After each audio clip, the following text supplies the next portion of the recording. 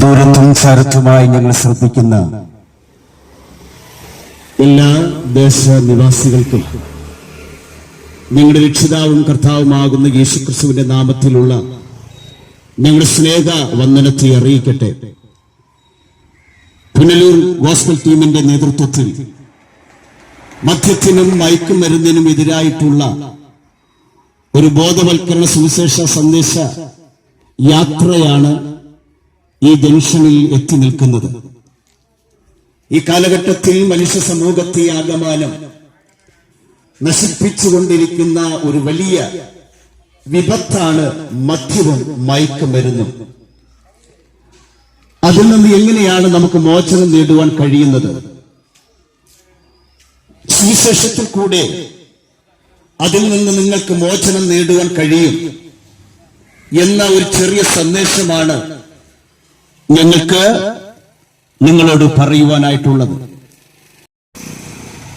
ദൈവത്തിന്റെ അതിധന്യമേറിയ നാമം വാഴ്ത്തപ്പെടുമാറാകട്ടെ. പുനലൂരിൽ നിന്ന് ഇന്ന് പകൽക്കാലം പ്രാർത്ഥിച്ചാരംഭിച്ച് കുമ്പഴയുടെ പ്രാന്തപ്രദേശങ്ങളിലൊക്കെ മാറ്റമില്ലാത്ത ദൈവത്തിന്റെ വചന സന്ദേശം അറിയിച്ചുകൊണ്ട് കടന്നു വന്നിരിക്കുന്ന ഒരു ടീമാണ് ഈ ദേശത്ത് നിങ്ങളുടെ മധ്യേ എത്തി നിൽക്കുന്നത്.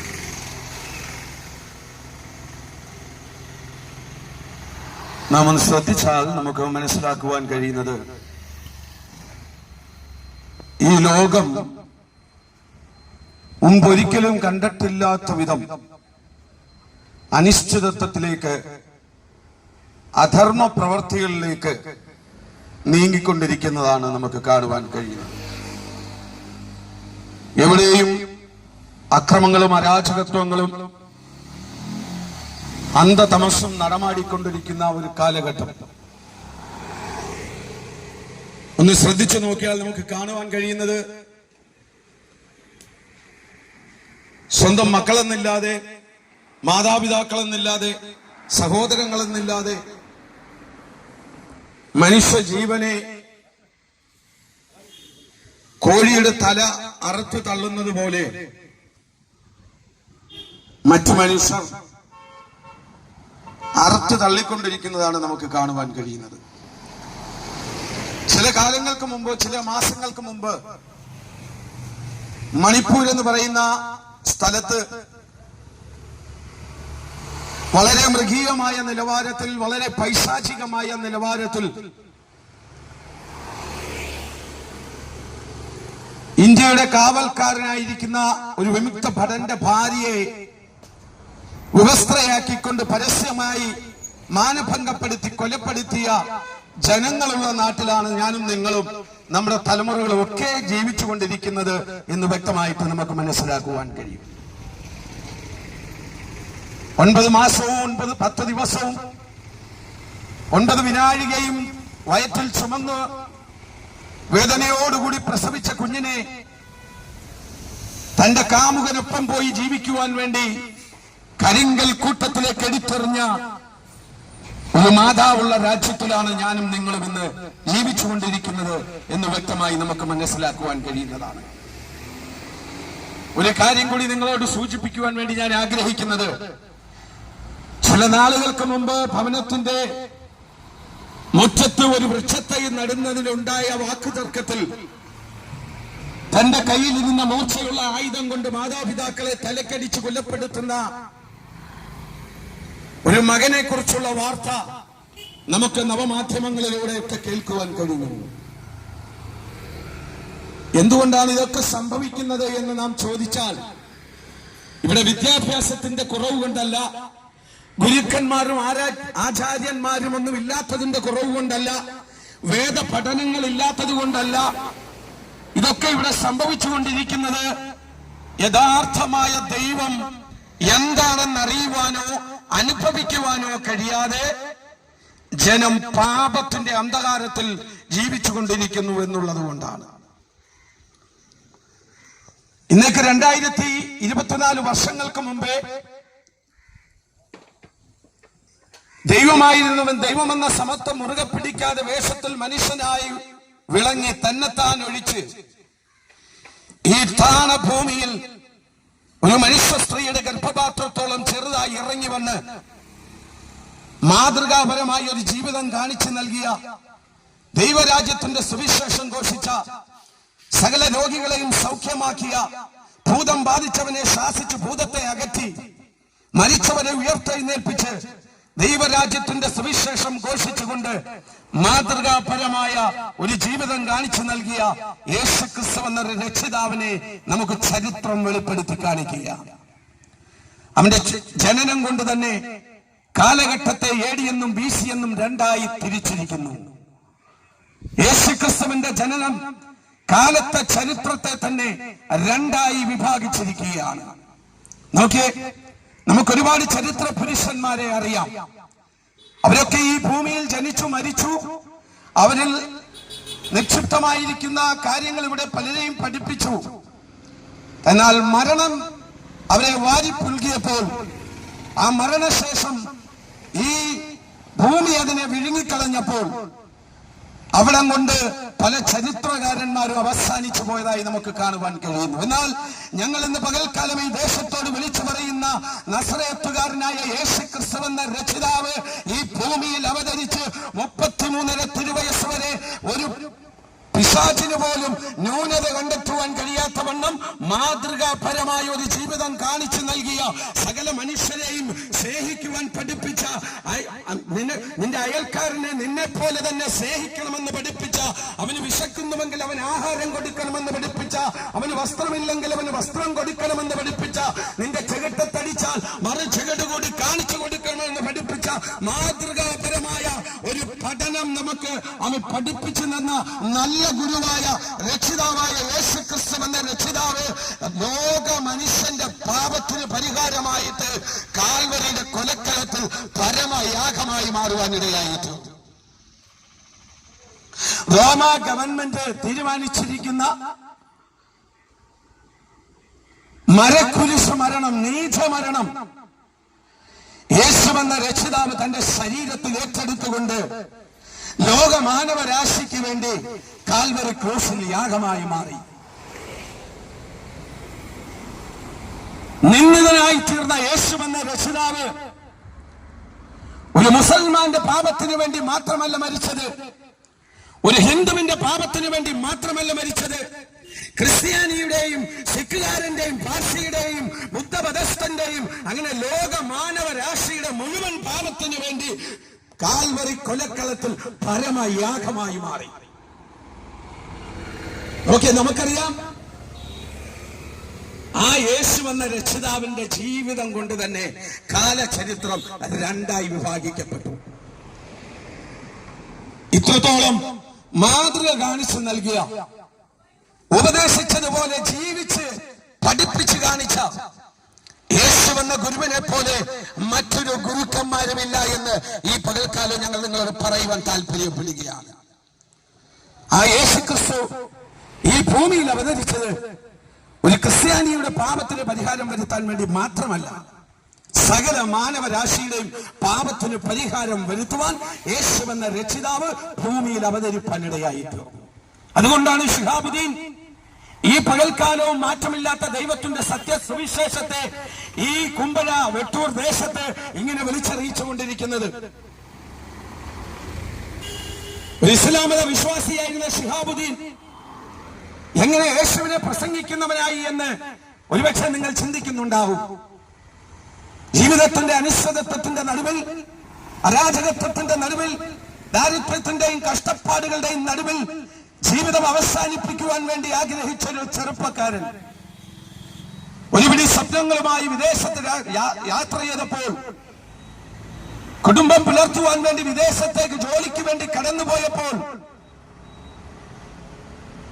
ജീവിതത്തിന്റെ യാത്രകൾക്കിടയിൽ എവിടെയോ മനസ്സൊന്ന് താളം തെറ്റി ആത്മഹത്യയിലേക്ക് നയിക്കുവാൻ ഞാൻ വിശ്വസിച്ചിരുന്ന, ഞാൻ അനുഗമിച്ചിരുന്ന അപ്രമാണങ്ങളൊക്കെയും എന്നെ നാശത്തിലേക്ക് തള്ളിവിടുവാൻ ശ്രമിച്ചപ്പോൾ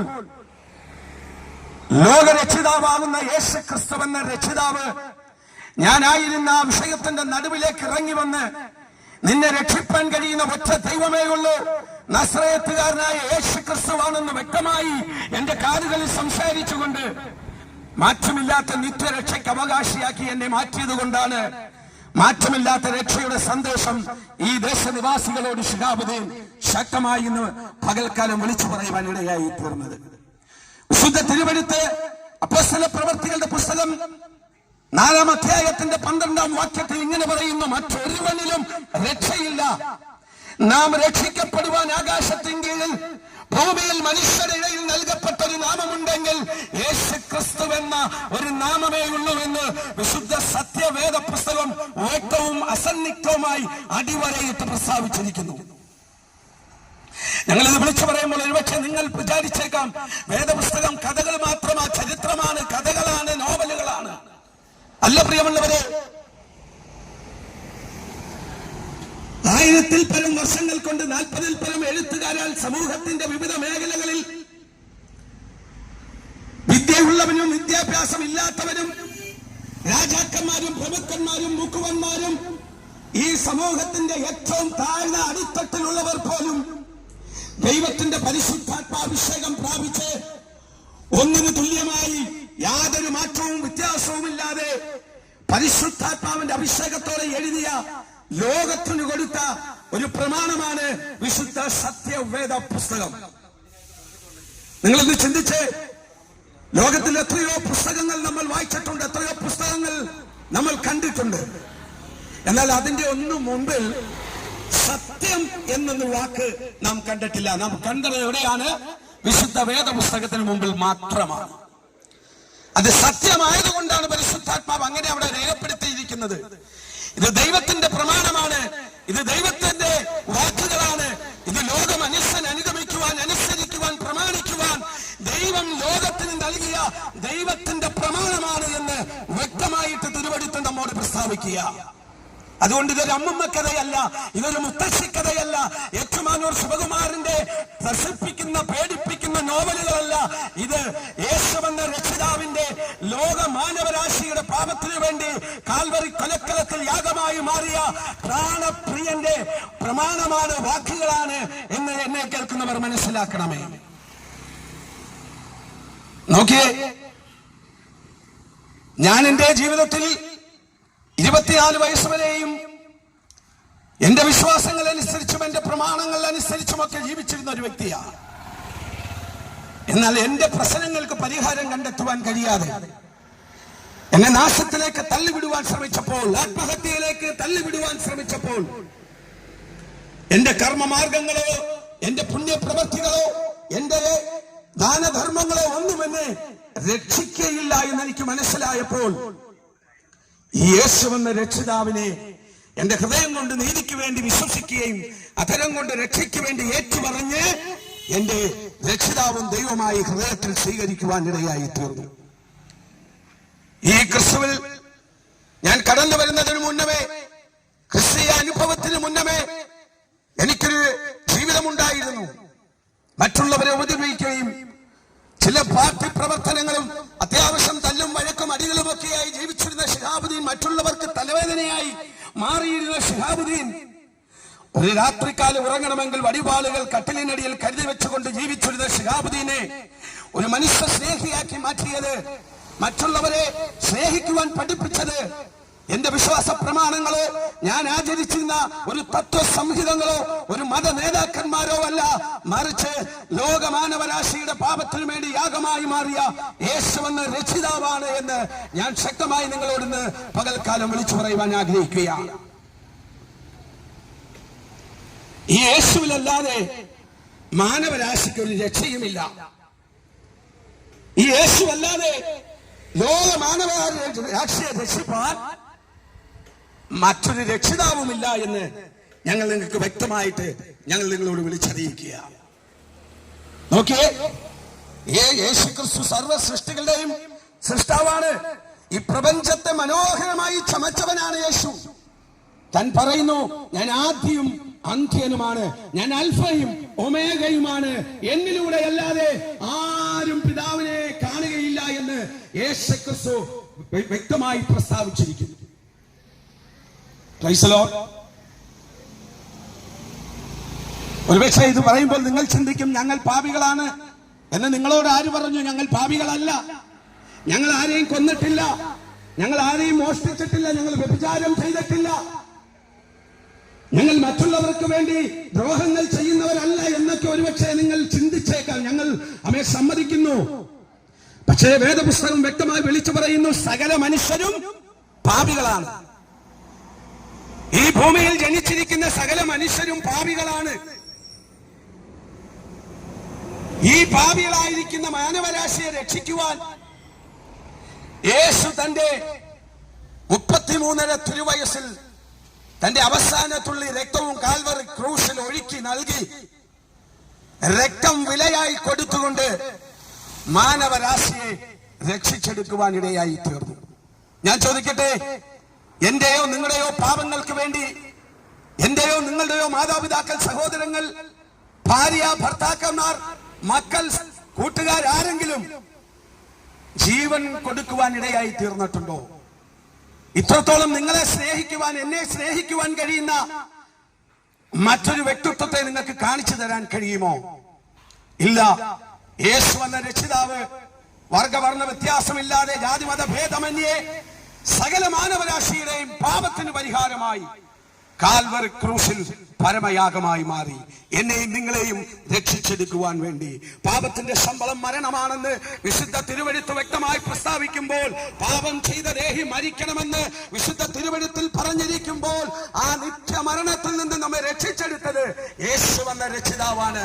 ആ യേശു ക്രിസ്തുവാണ് ലോകമാനവരാശിക്ക് വേണ്ടി കാൽവറി ക്രൂശിൽ മരിച്ചത്.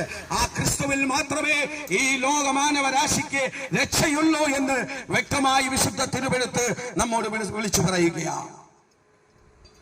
അതുകൊണ്ട് ഞങ്ങളെ കേൾക്കുന്ന പ്രിയമുള്ളവരോട് ഞങ്ങൾ പറയട്ടെ, നമ്മുടെ കർമ്മമാർഗങ്ങളൊന്നും നമ്മെ രക്ഷിക്കുവാൻ പര്യാപ്തമായ കാര്യമല്ല. നമ്മൾ എന്ത് കർമ്മം ചെയ്താലും അതൊന്നും നമ്മുടെ ആത്മാവിന്റെ രക്ഷയ്ക്ക് പര്യാപ്തമാകുന്നില്ല. നമ്മുടെ ശരീര രക്ഷയ്ക്ക് വേണ്ടി നാം പല കാര്യങ്ങളും ഇന്ന് ചെയ്യുന്നുണ്ട്. ശരീരരക്ഷ ഒരിക്കലും നമ്മളെ ആത്മാവിനെ രക്ഷിക്കുവാൻ വേണ്ടിയിട്ടല്ല.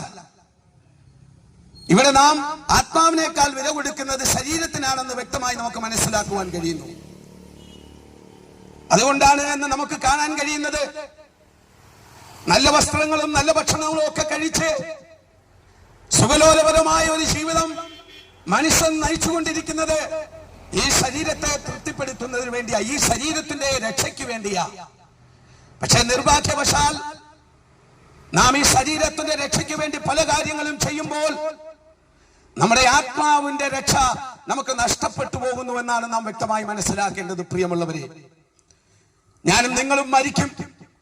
ഇന്നല്ലെങ്കിൽ നാളെ പ്രസംഗിക്കുന്ന ഞാനും നിങ്ങൾ കേൾക്കുന്ന നിങ്ങളും, ഇവിടെ എന്റെ മുമ്പിൽ ക്യാമറ പിടിച്ചു നിൽക്കുന്ന പ്രിയ മകനും എന്നോടൊപ്പം നിൽക്കുന്ന പ്രിയപ്പെട്ടവരൊക്കെയും ഇന്നല്ലെങ്കിൽ നാളെ ഏത് സമയവും മരിക്കുവാൻ ഇടയായി തീരും. ആ മരണശേഷം മനുഷ്യനൊരു ജീവിതം ദൈവം കൽപ്പിച്ചു വെച്ചിരിക്കുന്നു. ഈ ലോകത്ത് ശരീരത്തിന്റെ രക്ഷ വരുത്തിക്കൊണ്ട് നാം ജീവിച്ചാൽ ഈ മരണശേഷം നാം ആത്മാവിന്റെ നിത്യരക്ഷ ലഭിക്കാതെ നിത്യനാശത്തിലേക്ക് തള്ളപ്പെടുവാൻ ഇടയായി തീരുമെന്ന് വിശുദ്ധ സത്യവേദ പുസ്തകം വ്യക്തമായി നമ്മോട് വിളിച്ചറിയിക്കുകയാണ്. അതുകൊണ്ട് ഞങ്ങൾ വിളിച്ചു പറയട്ടെ, ശരീരത്തിന്റെ രക്ഷയല്ല മനുഷ്യനാവശ്യം. അവന്റെ ഉള്ളിൽ വസിക്കുന്ന ദൈവം നൽകിയ ആത്മാവിന്റെ രക്ഷയാണ് ഒരു മനുഷ്യനാവശ്യം. ആ ആത്മരക്ഷ പ്രാപിക്കുവാൻ മറ്റൊരു മാർഗവുമില്ല. ആ ആത്മരക്ഷ നമുക്ക് വില കൊടുത്തു വാങ്ങാൻ കഴിയത്തില്ല. നമ്മുടെ ആരോഗ്യം കൊണ്ടോ, നമ്മുടെ വിദ്യാഭ്യാസം കൊണ്ടോ, കുടുംബ പാരമ്പര്യം കൊണ്ടോ നമുക്ക് വില കൊടുത്തു വാങ്ങാൻ കഴിയുന്നതല്ല ആത്മാവിന്റെ രക്ഷ. ആത്മാവിന്റെ രക്ഷ ക്രിസ്തുവിൽ മാത്രമാണ്. ആ ക്രിസ്തു വ്യക്തമായി പറഞ്ഞിരിക്കുന്നു, ഹൃദയം കൊണ്ട് നീതിക്ക് വേണ്ടി വിശ്വസിക്കും, അധരം കൊണ്ട് രക്ഷയ്ക്ക് വേണ്ടി ഏറ്റുപറയുകയും ചെയ്താൽ നീ രക്ഷിക്കപ്പെടും. ഹൃദയം കൊണ്ട് നീതിക്ക് വേണ്ടി ഒരു വ്യക്തി വിശ്വസിക്കണം. അധരം കൊണ്ട് രക്ഷയ്ക്ക് വേണ്ടി ക്രിസ്തുവിനെ രക്ഷിതാവെന്ന് പറഞ്ഞ് ഏറ്റുപറഞ്ഞ് ഹൃദയത്തിൽ സ്വീകരിക്കുമെങ്കിൽ നമ്മുടെ ആത്മാവിന്റെ രക്ഷ നമുക്ക് വന്നു കഴിഞ്ഞു എന്ന് വ്യക്തമായിട്ട് തിരുവെഴുത്ത് പറയുകയാണ്. അല്ലാത്ത പക്ഷം നമ്മുടെ പുണ്യപ്രവൃത്തികളൊന്നും നമ്മുടെ ആത്മാവിന്റെ രക്ഷയ്ക്ക് പര്യാപ്തമായ കാര്യമല്ല എന്ന് ഞങ്ങൾ വ്യക്തമായും ശക്തമായിട്ടും ഈ പകൽക്കാലം വിളിച്ചു പറയുവാൻ ആഗ്രഹിക്കുകയാണ്. അതുകൊണ്ട് എന്നെ കേൾക്കുന്ന പ്രിയമുള്ളവരെ, നമ്മുടെ കർമ്മമാർഗങ്ങൾ നമ്മളെ രക്ഷിക്കുവാൻ കഴിയുന്നതല്ല എന്ന് ഈ പകൽക്കാലം നാം ഒന്ന് വ്യക്തമായി മനസ്സിലാക്കുക. വിശുദ്ധ തിരുവെഴുത്ത് ഇങ്ങനെ പറയുന്നു, അവനവൻ ശരീരത്തിൽ ഇരിക്കുമ്പോൾ ചെയ്യുന്നത് നല്ലതാകിലും തീയതാകിലും അവനവന് തക്കവണ്ണം കൊടുക്കുവാൻ പ്രതിഫലം യേശുവിന്റെ കരത്തിൽ ഉണ്ടെന്ന് വിശുദ്ധ സത്യവേദ പുസ്തകം വിളിച്ചു പറയുമ്പോൾ, നാം അത് കണ്ടില്ല എന്ന് കരുതി പുറകോട്ട് തള്ളിക്കൊണ്ട്, ഞങ്ങളിത് കേട്ടിട്ടില്ല എന്ന് കരുതി പുറകോട്ട് തള്ളിക്കളഞ്ഞുകൊണ്ട് നാശത്തിലേക്ക് നിങ്ങൾ ഓടരുത് എന്ന് ഞങ്ങൾ നിങ്ങളോട് ഈ പകൽക്കാലം വിളിച്ചറിയിക്കുകയാണ്. യേശുവെന്ന രക്ഷിതാവിനല്ലാതെ ലോക മാനവരാശിക്കൊരു രക്ഷയുമില്ല എന്ന് ഞങ്ങൾ വ്യക്തവും ശക്തമായി വിശുദ്ധ തിരുവചനത്തോട് ചേർന്ന് ദേശനിവാസികളെ വിളിച്ചറിയിക്കുന്ന ദൈവത്തിന്റെ ദൂതാകുന്നു. മറ്റൊരുവനിലും രക്ഷയില്ല. നാം രക്ഷിക്കപ്പെടുവാൻ ആകാശത്തിൻ കീഴിൽ ഭൂമിയിൽ മനുഷ്യരുടെ നൽകപ്പെട്ട യേശുവെന്നൊരു നാമമല്ലാതെ മറ്റൊരു നാമവുമില്ല എന്ന് ശക്തമായി ഞങ്ങൾ നിങ്ങളോട് അറിയിക്കുകയാണ്. അതുകൊണ്ട് എന്നെ കേൾക്കുന്ന പ്രിയമുള്ളവർ, ഈ ലോകത്തിലെ ജീവിതം കഴിയുമ്പോൾ, നമ്മളെ മരണം ഒഴുകിക്കഴിയുമ്പോൾ നിത്യനാശത്തിന് അവകാശികളായി മാറാതെ നിത്യാത്മാവിന്റെ രക്ഷയ്ക്ക് വേണ്ടി യേശുവിനെ രക്ഷിതാവും ദൈവമായി സ്വീകരിച്ചുകൊണ്ട് ദൈവമൈതലായി ജീവിക്കുവാൻ ദേശനിവാസികളെ ഞങ്ങൾ നിങ്ങളോട് ആഹ്വാനം ചെയ്യുകയാണ്. മറ്റൊരു മണ്ണിലും രക്ഷയില്ല. നാം രക്ഷിക്കപ്പെടുവാൻ ആകാശത്തിൻ കീഴിൽ ഭൂമിയിൽ മനുഷ്യരുടെ നൽകപ്പെട്ട യേശുവെന്ന നാമമല്ലാതെ മറ്റൊരു നാമവുമില്ല എന്ന് വ്യക്തമായി ഞങ്ങൾ ദേശനിവാസികളെ വിളിച്ചറിയിക്കുകയാണ്. താങ്കൾ തയ്യാറാണോ? വിശ്വസിക്കുവാൻ താങ്കൾ തയ്യാറാണോ? വിശുദ്ധ തിരുവചനം പറയുന്നു, വിശ്വസിച്ചാൽ നീ ദൈവത്തിന്റെ മഹത്വം കാണും. ഒരു നിമിഷം ദൈവസന്നിധിയിൽ നിങ്ങളെ സമർപ്പിക്കുക. യേശുവേ, ഞാനൊരു പാപിയാണ്. എന്റെ പാപത്തിന് പരിഹാരമായി അവിടെ നിന്നേക്ക് 2023 വർഷങ്ങൾക്ക് മുമ്പേ കാൽവറിയിലെ കൊലക്കളത്തിൽ പരമയാഗമായി മാറിയതെന്ന് ഞാൻ എന്റെ ഹൃദയം കൊണ്ട് നീതിക്ക് വേണ്ടി വിശ്വസിക്കുകയും അതിനം കൊണ്ട് രക്ഷയ്ക്ക് വേണ്ടി ഏറ്റുപറഞ്ഞ് അങ്ങയെ ഞാൻ എന്റെ രക്ഷിതാവും ദൈവമായി സ്വീകരിക്കുന്നു എന്ന് ആർക്കെങ്കിലും പ്രാർത്ഥിക്കാൻ കഴിയുമെങ്കിൽ മാറ്റമില്ലാത്ത ഈ ദൈവിക രക്ഷ നിങ്ങളെയും തേടി വരുവാൻ ഇടയായി തീരും. ചില്ലി പൈസ മുടക്കാതെ, യാതൊരു നഷ്ടവും സംഭവിക്കാതെ സൗജന്യമായി യേശുവെന്ന രക്ഷ മാർഗം ഇന്ന് പകൽക്കാലം പകർന്നു നൽകുകയാണ്. ഏറ്റെടുക്കുവാൻ താങ്കൾ തയ്യാറാണെങ്കിൽ നിത്യരക്ഷ കൊണ്ട് താങ്കളെ നിറയ്ക്കുവാൻ യേശുവെന്ന രക്ഷിതാവ് അവൻ കടന്നു വന്നിട്ടുണ്ട്. ഏറ്റെടുക്കാമോ? വിശ്വസിക്കാമോ? ദൈവത്തിന്റെ മഹത്വം കാണുവാൻ ഇടയായി. ദൈവജനങ്ങളാൽ ദൈവമായി കർത്താവ് അനുഗ്രഹിക്കട്ടെ. ആർക്കെങ്കിലും പ്രാർത്ഥിക്കണമെന്നുണ്ടെങ്കിൽ ഞങ്ങളുടെ അരികിൽ വരാം. ഏത് വിഷയത്തിന്മേൽ നിങ്ങൾ ഭാരപ്പെടുന്നവരായാലും, ഏത് വിഷയമാണെങ്കിലും അതിനൊക്കെ മറുപടി തരാൻ കഴിയുന്ന ദൈവമായ സത്യനിത്യവേദ ദൈവമായ യേശു ക്രിസ്തുവിനെ രക്ഷിതാവ് ഞങ്ങളോടൊപ്പം ഉണ്ട്. നിങ്ങൾക്ക് വേണ്ടി പ്രാർത്ഥിക്കും. പൂർണ്ണമായ സൗഖ്യം തരുവാൻ യേശുവെന്ന രക്ഷിതാവ് കടന്നു വന്നു. വിശ്വസിക്കുന്നവർ കടന്നു വന്നാതെ ഞങ്ങൾ നിങ്ങൾക്ക് വേണ്ടി പ്രാർത്ഥിക്കാം. അല്ലെങ്കിൽ നിങ്ങളായിരിക്കുന്നിടത്ത് ഏതവസ്ഥയിലായാലും നിങ്ങൾക്ക് വേണ്ടി പ്രാർത്ഥിക്കാൻ ഞങ്ങൾ തയ്യാറാണ്. കർത്താവിന്റെ ദാസൻ ഇപ്പോൾ ദേശനിവാസികൾക്ക് വേണ്ടി പ്രാർത്ഥിക്കുന്നതായിരിക്കും. ഈ വചനങ്ങളാൽ ദൈവം എല്ലാവരെയും അനുഗ്രഹിക്കുമാറാകട്ടെ. ഈ ദേശത്തോട് സന്ദേശം അറിയിച്ച കർത്താവിന്റെ ദാസനെ രേഖപ്പെടുത്തുന്നു. പ്രിയപ്പെട്ടവരെ, കേൾക്കപ്പെട്ടതാകുന്ന ദൈവത്തിന്റെ വചനം നിങ്ങളുടെ ഹൃദയത്തിലേക്ക് എടുക്കുവാൻ നിങ്ങൾ താല്പര്യപ്പെടുന്നുവെങ്കിൽ ഒരു നിമിഷം നിങ്ങൾക്ക് വേണ്ടി ഞങ്ങൾ പ്രാർത്ഥിക്കുവാനായിട്ട് ആഗ്രഹിക്കുന്നു. നിങ്ങളുടെ പ്രശ്നങ്ങളുമായി കൊള്ളട്ടെ, ഏതെങ്കിലും ഭാരപ്പെടുത്തുന്ന വിഷയങ്ങൾ നിങ്ങളെ അനക്കുന്നുണ്ടെങ്കിൽ, സമാധാനമില്ലാതെ, സന്തോഷമില്ലാതെ, സ്വസ്ഥതയില്ലാതെയാണ് നിങ്ങൾ ആരെങ്കിലും ആയിരിക്കുന്നതെങ്കിൽ അവരെ രക്ഷിക്കുവാൻ, സമാധാനം നൽകി തരുവാൻ, പ്രത്യാശ നൽകി തരുവാൻ കർത്താവാകും യേശു ക്രിസ്തുവിന് കഴിയും. അതുകൊണ്ട് ഇന്ന് പകൽക്കാലം ഞങ്ങൾ നിങ്ങൾക്ക് വേണ്ടി പ്രാർത്ഥിക്കുവാൻ പോകുകയാണ്. ഏതെങ്കിലും വിഷയത്തിൽ നിങ്ങൾ ഭാരപ്പെടുന്നുണ്ടെങ്കിൽ എല്ലാ വിഷയങ്ങൾക്കും പരിഹാരം തരുന്ന യേശു കർത്താവ് നിങ്ങളെ വിടുവിപ്പാനിടയായി. കർത്താവെ, ഞങ്ങളുടെ സ്വർഗീയ നല്ല പിതാവേ, ഈ നല്ല സമയത്തിനായി സ്തോത്രം ചെയ്യുന്നു. ഈ ദേശത്തിന് വേണ്ടി ഞങ്ങൾ പ്രാർത്ഥിക്കുന്നു. സുവിശേഷത്തിൻ്റെതായ സത്യകർത്താവെ മനസ്സിലാക്കിക്കൊണ്ട് ഈ നാളുകളിൽ യേശു കർത്താവിനെ രക്ഷിതാവും കർത്താവായി ഹൃദയങ്ങളെ ഏറ്റെടുത്തുകൊണ്ട് ദൈവത്തിന്റെ മക്കളായി ജീവിപ്പാൻ ദൈവമാകുന്ന കർത്താവ് ഈ ദേശനിവാസികളെ അവിടുന്ന് ഒരുക്കുമാറാകണമെന്ന് പ്രാർത്ഥിക്കുകയാണ്. നാഥ, ഇവിടെ കർത്താവിൽ ബിസിനസ് ചെയ്യുന്നവരുണ്ട്, ഓട്ടോറിക്ഷ ഓടിക്കുന്നവരുണ്ട്, മറ്റ് യാത്രക്കാരുണ്ട്, ദൈവമാകുന്ന ആവശ്യങ്ങൾക്ക് വേണ്ടി കടന്നു വന്നവരുണ്ട്. അവരെല്ലാവരെയും ഞങ്ങൾ യേശു കർത്താവിന്റെ നാമത്തിൽ അനുഗ്രഹിച്ച് പ്രാർത്ഥിക്കുകയാണ്. നാഥ, ആരെങ്കിലും ഏതെങ്കിലും വിഷയത്തിന്മേൽ ഭാരപ്പെട്ടിരിക്കുന്നുവെങ്കിൽ, ഏതെങ്കിലും രോഗത്തിന് അടിമയായി കഴിയുന്നുവെങ്കിൽ, സമാധാനമില്ലാതെ, സന്തോഷമില്ലാതെ, പ്രത്യാശയില്ലാതെ, സ്വസ്ഥതയില്ലാതെ ആരെങ്കിലും ആയിരിക്കും ചെയ്യുന്നുവെങ്കിൽ അല്ല ആത്മഹത്യ ചെയ്യുവാൻ ആമേൻ മനസ്സോടെ അങ്ങനെ ആത്മഹത്യമായിരുന്നുവെങ്കിൽ കർത്താവേ അവരെയൊക്കെ രക്ഷിക്കുമാറാകണമേ, അവരെയൊക്കെ പിടിവിക്കുമാറാകണമേ. ഈ നല്ലവനാകുന്ന യേശു കർത്താവിനെ കണ്ടുമുട്ടിക്കൊണ്ട് നല്ലൊരു ജീവിതം നയിപ്പാൻ, ദൈവരാജ്യത്തിന്റെ അവകാശമായി ചെയ്യുവാൻ, ജീവന്റെ പുസ്തകത്തിൽ പേരുടെ ചെയ്യുവാൻ